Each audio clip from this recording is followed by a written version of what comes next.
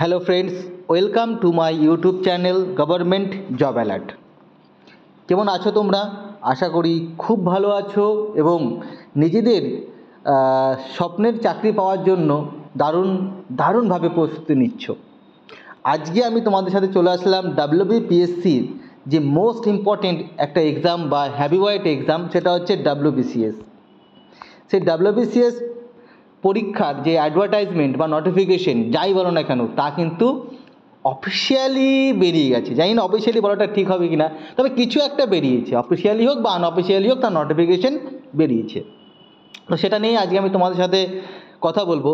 তো চলো আমরা ভিডিওটা শুরু করি। আর এই ভিডিওটা শুরু করার আগে প্রত্যেকবারের মতো এবারও আমি তোমাদের কাছে রিকোয়েস্ট করছি, যারা এখনও এই আমার ছোট্ট পরিবারের সাথে যোগদান দাওনি, তারা অবশ্যই কিন্তু এই পরিবারের সাথে যোগদান দাও।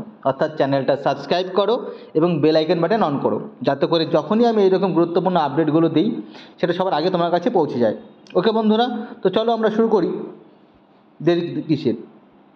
দেখো, দেখতে পাচ্ছি এখানে public service commission West Bengal, indicate advertisement number 8/24, West Bengal civil service executive examination 2024। অর্থাৎ তোমরা যারা দীর্ঘদিন ধরে ওয়েট করছিলে, বারবার আমার মেসেজে বলছিলে যে দাদা ডাব্লিউবিসিএস এর নোটিফিকেশন কি বেরোবে না, ডাব্লিউবিসিএস এর কি এবছর আর হবে না, অথবা যাদের মনে এই প্রশ্নটাও ছিল যে ওবিসি যে কেস চলছে সুপ্রিম কোর্টে, যেটা এখন পেন্ডিং, সেই কেসটা কি না সলভ হওয়া পর্যন্ত কি কোনো আর নোটিফিকেশন বেরোবে না, এই যে তোমাদের মনে যে একটা ভয় ছিল, সেই ভয়ের কিন্তু অবসান। সত্যি কথা বলতে কি, এটা কিন্তু একটা ভাইটাল ব্যাপার যে আমরা দেখি সুপ্রিম কোর্টে কোনো একটা কেস গেলে সেই কেসটা সলভ হতে 2 বছর 3 বছর লেগে যাচ্ছে। তো সেই রকম কি ডাব্লিউবিসিএস এর এক্সাম কি আটকে থাকবে? তো যাই হোক না কেন, এই হাজারো প্রশ্নের সমাধান চলে এসছে আজকে আমাদের হাতে। সেটা হচ্ছে রিসেন্টলি বা শর্টলি ডাব্লিউবিসিএস তোমার ডাব্লিউবিসিএস এর তোমার নোটিফিকেশন কিন্তু পাবলিশ হচ্ছে, এই বিষয়ে আর কোনো সন্দেহ নেই। তো চলো আমরা একটু পড়ে নিই লেখাটা কী আছে।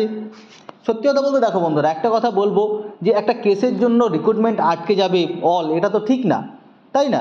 আমার মতে এরকম হতেই পারে যদি সুপ্রিম কোর্ট মনে করে যে না, এই ওবিসিদের মান্যতা দেওয়া হবে না, তাহলে তাদের সেই ওবিসি যারা ক্যান্ডিডেট যারা অ্যাপ্লাই করবে তাদেরকে জেনারেল হিসেবে জাজ করা হবে। একদম ইজিলি ব্যাপার, এটা নিয়ে এত ঘটনা করার কিছু দরকার নেই। আমারও মনে হয় না যে এক্সামটাকে আটকে রাখার দরকার আছে।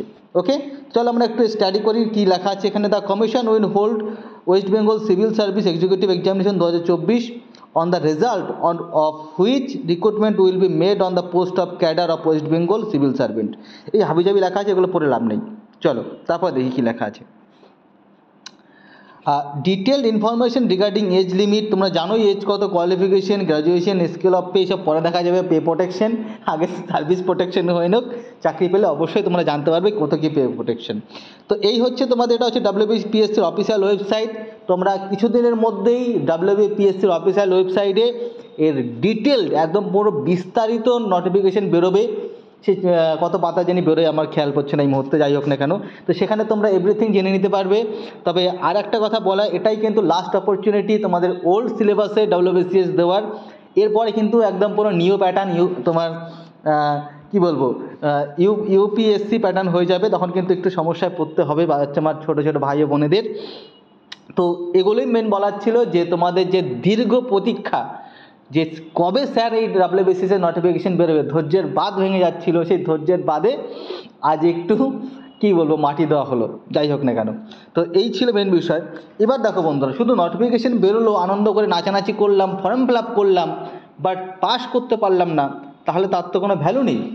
তো আজকে আমি তোমাদের সাথে শেয়ার করব যে আমি কি করে প্রতি বছরই পরীক্ষায় প্রিলিমিনারি পরীক্ষা পাস করতাম। ওকে, দেখো ফার্স্ট অফ অল আমি একটা কথা বলবো, আমি নিজে ছিলাম একজন হিস্ট্রি স্টুডেন্ট। ওকে বন্ধুরা, হিস্ট্রি স্টুডেন্ট, এবং তোমরা নোটিফিকেশনে বা এক্সাম প্যাটার্নে যদি ফলো করো, তাহলে হিস্ট্রি থেকে 50, অর্থাৎ হিস্ট্রি থেকে কিন্তু 50 নাম্বার থাকে। এবং আমি যতবারই প্রিলিমিনারি বসেছি, কোশ্চেন লেভেল যাই হোক না কেন, আমার কিন্তু এই হিস্ট্রিতে স্কোর অলওয়েজ থাকতো 42 থেকে 45, এর নিচে কিন্তু নামতো না। কাট আপ 120 ধরে নাও, 120, 130, এর বেশি কখনোই ডাব্লিউবিসিএস কাট আপ যাওয়া উচিত না বা যাবে না। ওকে, তো এইটা ধরো নাও তুমি যদি হিস্ট্রি থেকে যদি এই নাম্বারটা তুলতে পারো, তাহলে তোমার দেখো যে ম্যাথ থাকে, ডাব্লিউবিসিএস এর ম্যাথ কোনোদিনই কিন্তু আমার টাফ থাকে না। ডাব্লিউবিসিএস এর ম্যাথে অনায়াসে চোখ বুঝে 15 নাম্বার কিন্তু অনায়াসে পাওয়া যায়। যদি তুমি ডাব্লিউবিসিএস প্রিলিমিনারিতে ম্যাথের মধ্যে 15 না পাও, তাহলে আমি বলবো তুমি কিন্তু সেইভাবে এখনও প্রিপেয়ার্ড হওনি। যেটা আমি করতাম, ম্যাথে কিন্তু আমি অনায়াসেই তোমার 20+ স্কোর করতে পারতাম। আর সবথেকে যেটা মেন ইম্পর্টেন্ট সেটা হচ্ছে জিওগ্রাফি।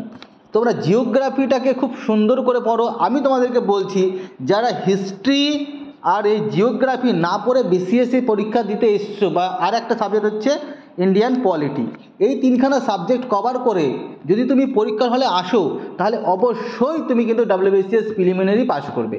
এটা আমি বলে দিতে পারি, এটা আমি লিখে দিতে পারি যে যার এই তিনখানা সাবজেক্টের উপর সঠিকভাবে দখল থাকবে সে কিন্তু অনায়াসে পরীক্ষা পাস করতে পারবে। তোমাকে হিস্ট্রিতে পড়তে হবে, হিস্ট্রি তোমাকে বিসিএসের জন্য একটা মেন সাবজেক্ট একটা রাখতে হবে, যেটা তোমার কম্পালসারি সাবজেক্ট।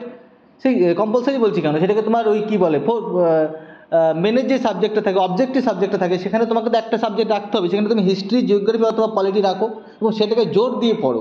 আমি যেমন অলওয়েজ অপশনাল সাবজেক্টটাকে হিস্ট্রি রাখতাম এবং হিস্ট্রিটাকে এত সুন্দরভাবে পড়তাম, নিজে একজন হিস্ট্রি স্টুডেন্ট, তো হিস্ট্রিতে আমি অনায়াসে 45-এর অ্যাবাভ স্কোর করতে পারতাম। জিওগ্রাফিতে কেন, আমি দেখো সায়েন্স তোমার physics, chemistry, math, physics, chemistry, math total তিনখানা সাবজেক্ট পড়ে আমি পাবো মাত্র 25 নম্বরের পরীক্ষা, তাও পাবো না। আমি বলে দিচ্ছি, যারা সায়েন্স নিয়ে পড়ছো ভালো কথা, কিন্তু সায়েন্সটাকে অতটা ডিপলি পড়তে হবে না।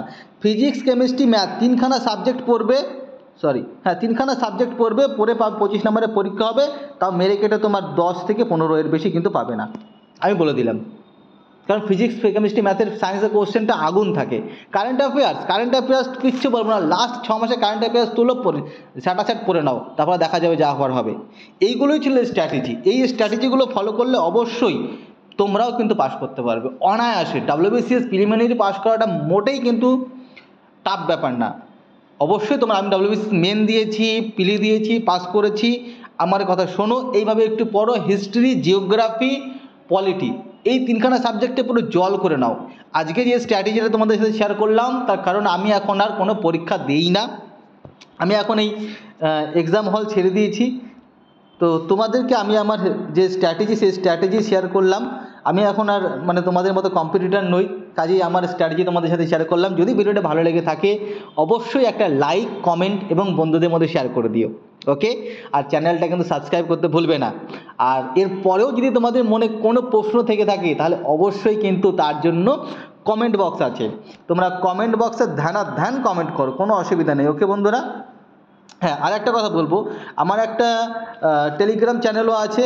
টেলিগ্রাম চ্যানেলে ওইখানে আমি আমার ইম্পর্টেন্ট আপডেট বা নোটস, ফ্রি পিডিএফ যেগুলো হয় সেগুলো ওখানে আমি আপলোড করি। সেখানে হাজার হাজার আমার ছোটো ছোটো ভাই ও বোনেরা আছে। যদি তোমার মনে হয় আমার স্পেশাল গাইডেন্সের মধ্যে থাকা দরকার, তাহলে অবশ্যই তোমাকে টেলিগ্রাম চ্যানেলে কিন্তু জয়েন করতে হবে, ওকে বন্ধুরা। এই টেলিগ্রাম চ্যানেলের লিঙ্ক আমি আমার ভিডিওর ডেসক্রিপশন বক্সের মধ্যে দিয়ে দিয়েছি। সেই বক্সের মধ্যে গিয়ে তোমরা টেলিগ্রাম চ্যানেলে জয়েন করো, তাহলেই হবে, ওকে বন্ধুরা। চলো, খুব ভালো থেকো। ভিডিওটা ভালো লেগে থাকলে আরেকবার বলছি, লাইক, কমেন্ট এবং শেয়ার করে দিও। আর এই ছোট্ট পরিবার গভর্নমেন্ট জব অ্যালার্ট, তার সদস্য হয়ে যাও। দেখা হচ্ছে পরের ভিডিওতে।